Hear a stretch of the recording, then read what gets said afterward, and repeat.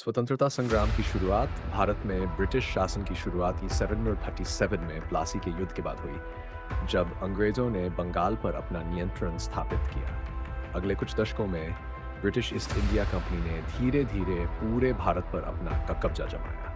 1857 में भारत का पहला स्वतंत्रता संग्राम हुआ, जिसे सिपाही विद्रोह या 107 का विद्रोह कहा जाता है। हालांकि ये विद्रोह सफल नहीं हुआ, लेकिन इसने भारतीयों में स्वतंत्रता की आग भड़का दी। भारतीय राष्ट्रीय कांग्रेस और स्वतंत्रता संग्राम 1835 में भारतीय राष्ट्रीय कांग्रेस की स्थापना हुई, जिसने भारत की स्वतंत्रता के लिए संगठित संघर्ष का नेतृत्व किया। 20वीं शताब्दी की शुरुआत में महात्मा गांधी के नेतृत्व में भारतीय स्वतंत्रता संग्राम ने एक नया मोड़ लिया। गांधी जी ने सत्याग्रह और अहिंसा के सिद्धांतों के माध्यम से ब्रिटिश सरकार का विरोध किया। उन्होंने 1919 के जलियांवाला बाग हत्याकांड, 1920 के असहयोग आंदोलन, 1930 के सविनय अवज्ञा आंदोलन और 1932 के भारत छोड़ो आंदोलन जैसे महत्वपूर्ण आंदोलनों का नेतृत्व किया। भारत की स्वतंत्रता की दिशा में अंतिम कदम द्वितीय विश्व युद्ध के बाद ब्रिटिश सरकार ने यह समझ लिया कि अब भारत पर अपना नियंत्रण बनाए रखना मुश्किल हो गया है।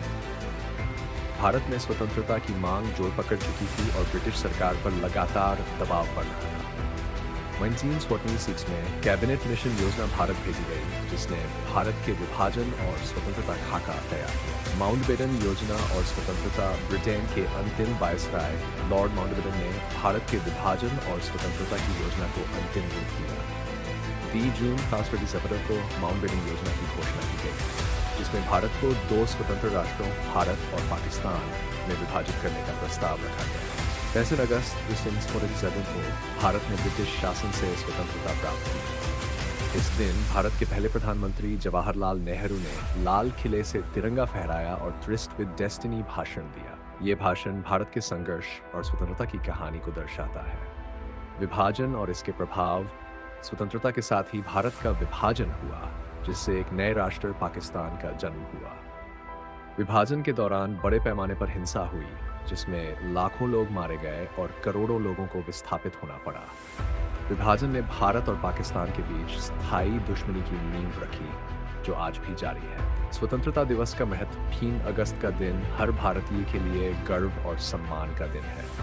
इस दिन को पूरे देश में धूमधाम से मनाया जाता है। स्वतंत्रता दिवस के अवसर पर दिल्ली में लाल किले पर भव्य समारोह का आयोजन किया जाता है।